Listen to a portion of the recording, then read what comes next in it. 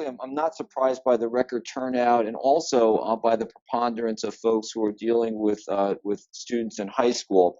And that's because I had the pleasure of meeting and talking to many of you at last year's conference in Baltimore. And there was just so much energy and hope there and just such great interaction. I came back to Boston really energized and look forward, frankly, to seeing everyone here in Boston at the next NPEA conference in just a few short months.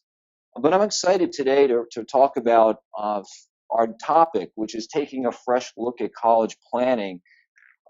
What I'd like to do then is start the discussion, and I'll go through it fairly quickly about the technology because I think it's really important, and then transition into some of more of the nuts and bolts around the topic of paying for college. And of course, it always comes down to the money for many, many people. So we'll spend some time on that and then talk to you a little bit more about the other parts of the process. For those who I haven't had a chance yet to meet, and I want to pass on a few other relevant points about my background that don't show up on this slide.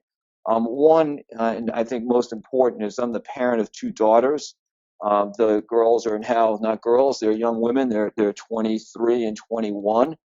But my experience with them and what my wife taught me about this process of helping guide children through the college and high school to college experiences, really significant experience and had a searing effect on me. The second really relevant point here is that I had about a 30-year career in education finance. Working on Capitol Hill, I worked on Wall Street. I was a senior executive vice president and CFO of a publicly traded student loan company. And I used the word searing earlier, and that was certainly the right word when I think about the experience I had talking to parents and students about the whole question of student loans and how they save and all of that. So I tell you that because it's an important part of the background and a real significant driver of why I helped start Invite Education. So about 5 years ago, I quit my banking job. I really was sick and tired, frankly, of hearing about how families are overwhelmed by the college process, that borrowing is too much, that students are going to school and leaving with big piles of loans after 4, 5, or 6 years of college. And I really thought, based on my professional and personal experience, that I really wanted to contribute to the solution to this problem rather than just sort of holding folks' hands as we go through. So I started with Invite Education as a way to really empower families, and I think that word is really, really, really critical to know that we can empower families and use technology to foster that engagement. So our dedicated team of folks in Invite Education is on a mission, really. We started right at the beginning to take a fresh look at the whole college planning process, and that's why I wanted to talk about it in those terms today. Our goal was to try to utilize some of the new technology to empower families and professionals like those on the phone who deal, again, day to day with families with information, tools, resources, services that are necessary for families to make more informed college choices. And that more informed college choices is really code in a lot of ways for meaning finding a way to afford a college education without really putting students and families in a position of great financial burden, meaning they're taking too much debt. So in plain English, and frankly, that's how we wrote our book, Plan a Financial Family's College Dreams. In plain English, we want to help families understand how they find the right fit for the student academically, socially, and financially. So that becomes a very important part of the platform.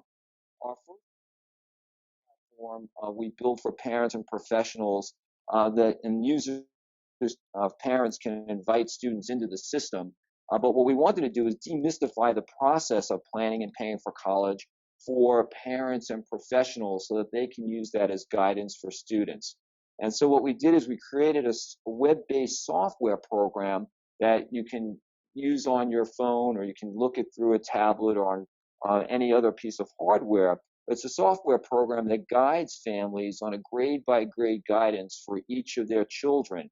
I'll show you some of these slides down the road, but our view is that planning and paying for college is really a family affair.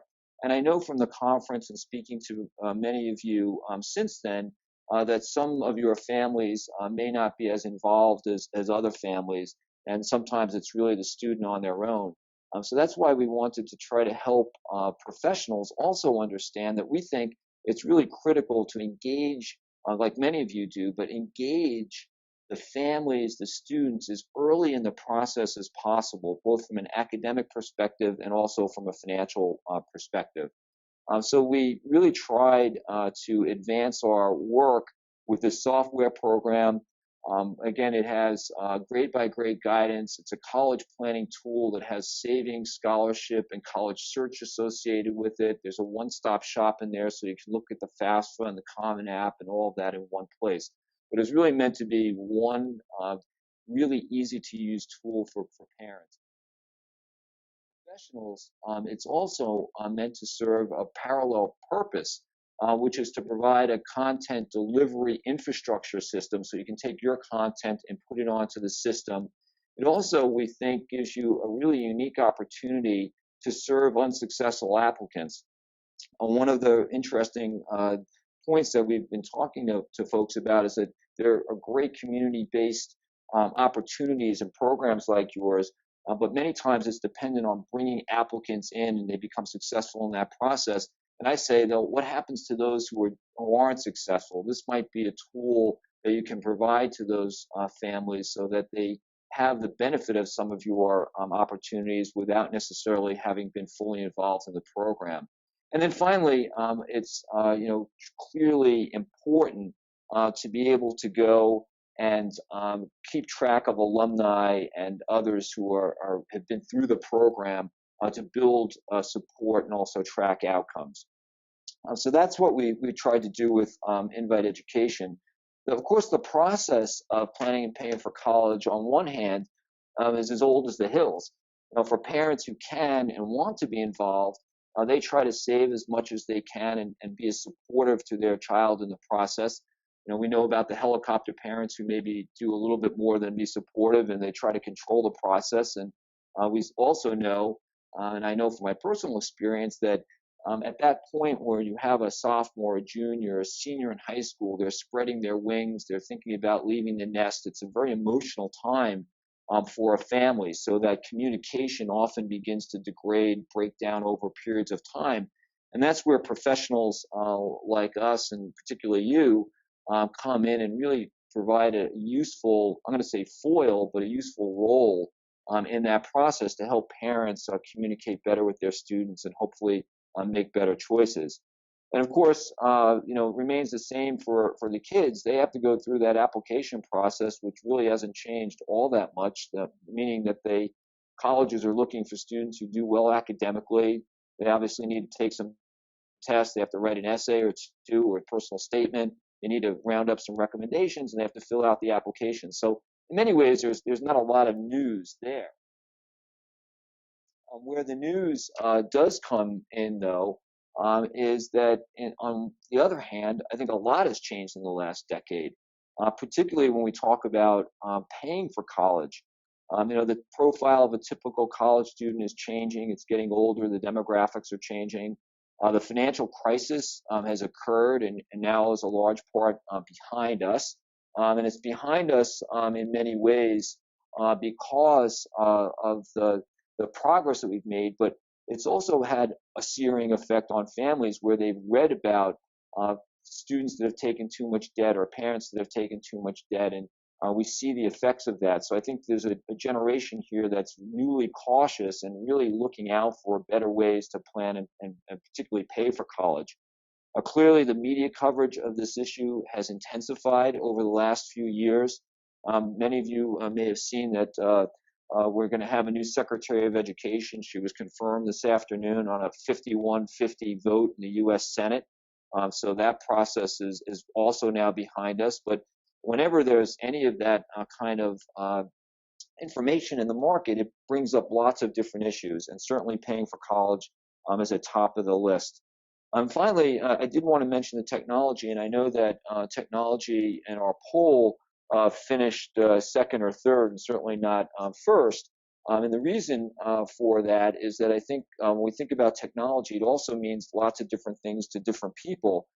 From my perspective, I understood that it's really important for families to have access to computers and smartphones.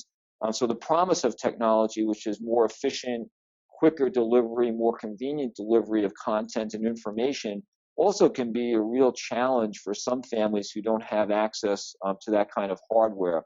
And I know many of you and others are trying to solve that problem. It's one area of focus that I think, particularly in underrepresented families, is becoming a little bit better, and those problems are starting to get behind us as well. But clearly, when you have a common app, you have the FAFSA, you have the IRS retrieval link, and all the rest of this technology-driven requirement, it's really important that everyone is on a level playing field so everyone has the same kind of access and is not just increasingly challenged by the technology.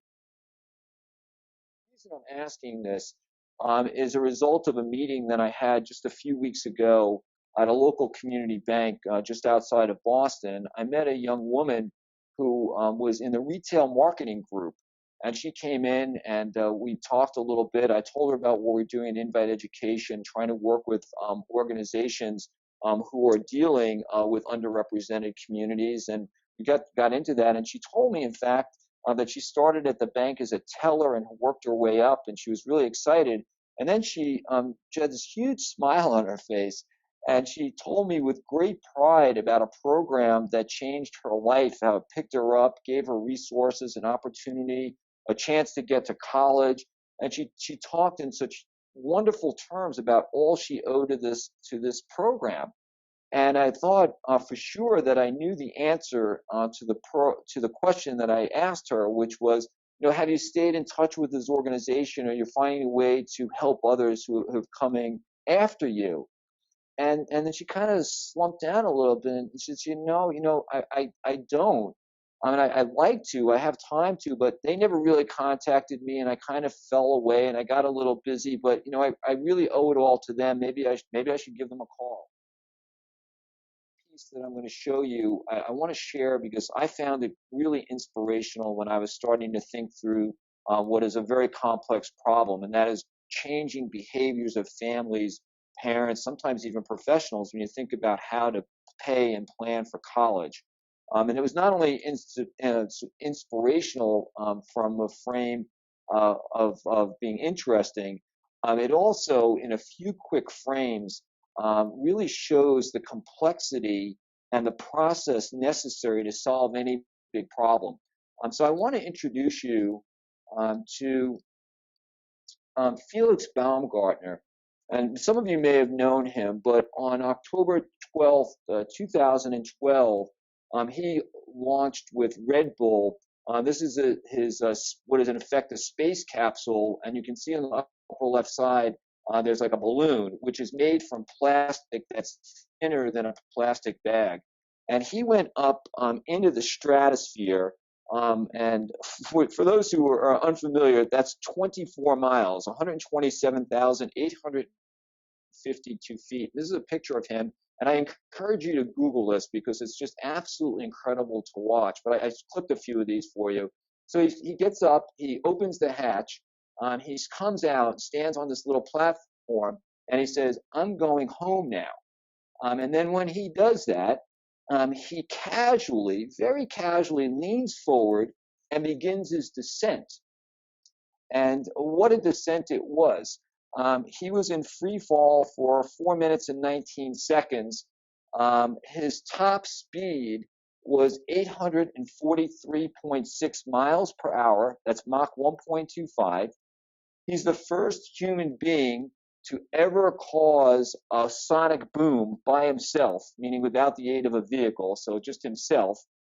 The engineers told him from the modeling that he was going to begin, in effect, what's a death spiral at some point where he'd be out of control. So they taught him in a wind tunnel how to right himself so that he could have this picture of himself taken, which is with the parachute fully deployed.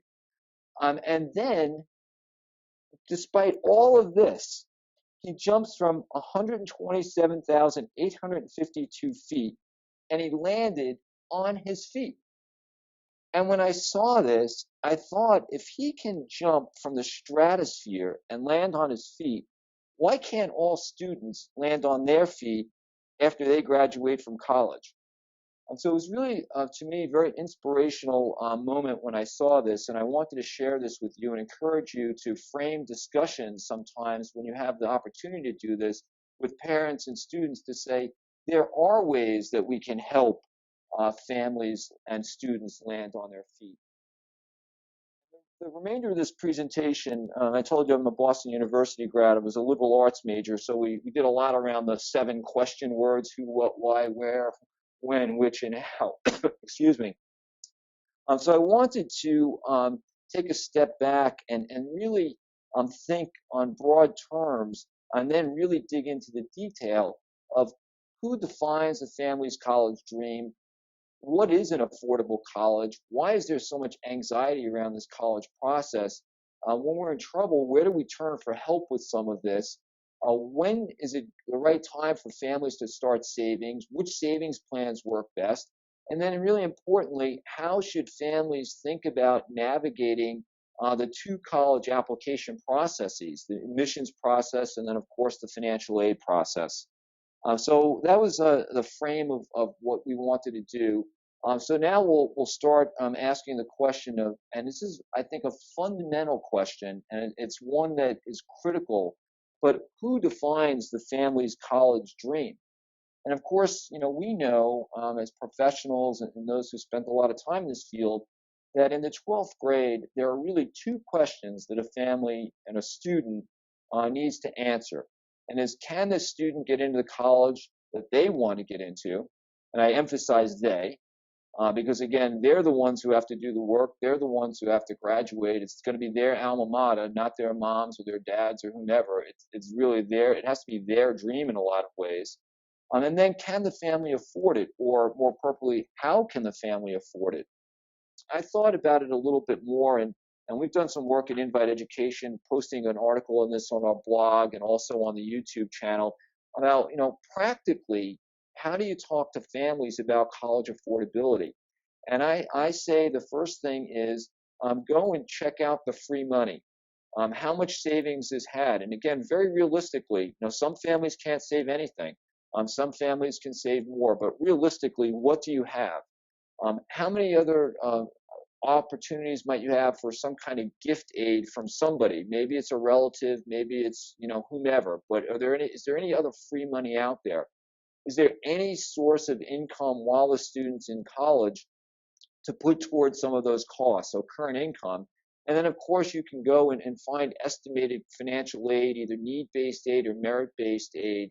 That data is becoming more and more available. So I can go out and try to find some of that. And so if you look at this practically and say, here's the free money. If the free money is greater than the cost of a college, then by definition, it's affordable. The student's going to have an absolutely great opportunity. And if the academic fit is correct, the social fit's right, and you have this paradigm in place, free money greater than cost of a college, that's great. You're done. For most families, most students, that's not the case, of course, and free money is less than the cost of college, and that's where loans become in play. They come into play, and that's where the danger, frankly, begins for too many families. The 2 or 3 significant factors here. One is we have to know how much borrowing would be expected. I say on the slide for all 4 years. We know 60% of students take 6 years. So, we're really looking at 4 years or 5 years or 6 years. So realistically, how much debt might be necessary to complete? And it's really important to know what that number is. The other really important question comes out is that know that total amount of loans. If that's less than the expected starting salary for a student, then that student should be able to cover that debt over the period of their working life. It may be outstanding for 10 years or 15 years or whatever it might be, but they will have that opportunity to go out and make that money and become more productive members, higher earning members of the society. and absolutely have a better life for themselves. All the data shows college graduates earn $1 million more than high school graduates. There's another statistic out that in the first 5 years or so after school, those with bachelor's degrees earn 69% more than those with a high school degree, and that's almost $19,000 per year. So that's really, very significant upside for families to do that. And again, I keep talking about making it affordable and completion. And the reason for that is that I contend that if not properly motivated, students won't complete. They won't complete. So they need to make sure that they get through their academic program. And we know that nearly 1/3 of all student loan defaulters actually didn't finish their degree program. So that becomes the issue. Make sure that they're able to complete, because nobody wants to have a student or someone that's been through their program or their child go basically 0 for 2 on their 21st birthday, meaning no degree and a pile of student loan debt behind that. So it's really important, we think, to make sure that we're talking about that completion in a real significant way. Let me now move toward where we turn for help. This is a little bit about our program. I'm just going to spend a moment on this, but what it shows is that we show each child individually, the family holistically. There's a college search, scholarship search, and also this guidance around how, in what we call a snackable format, to go out and get this information. I also noted that the family financial picture is very important. This allows families to go up and do a lot of scenario analysis in our financial center, and it's really meant, again, to help provide guidance. So tips to close a shortfall, how to save more, how to increase savings. Very, very important. Here are some concepts around saving. And it's important, I think, for families just to understand that there's a time period if you earn a certain amount. And by the way, we cover this in the book in a little bit of detail, but if you save a certain amount of money, how long will it take to double that money? And of course, we know that a student's going to go to school in anywhere from 12 to 17 years when most people start saving. Now, how much would you have to save to double that amount each year? I think just the idea of letting parents think that, oh, I have an opportunity to do some delaying, some saving and compounding over time becomes really important. The cost of delay was a book. In the book, there's a chart that shows how much more you have to save based on your child's age if you wait a year or two. There are also calculators on our site that talk about that. The takeaways are that I think it's really essential to talk to families and students, and they get this now, that they're consumers of education, and they're engaged with a seller of the service, the education, the college, whose goal it is to maximize net tuition revenue. They're in a business, make no bones about that. So it's important to know that you're engaged in that transaction. I believe that affordability is within every family's grasp. I think that not all student loan debt is bad.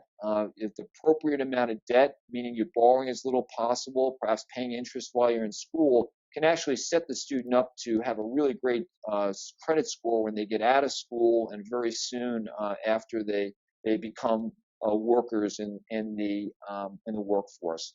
And finally, families are always in need of convenient, plain English information tools, and services so they can make those more informed college choices.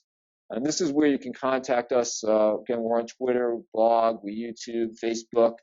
We'd love to hear from you. Zeva, I tried to leave a little time for questions here, and I hope that your audience found this to be interesting and informative, but are there any questions? Yeah, thanks so much, John. We really appreciate that. That was a great wealth of information that you've shared around sort of college affordability.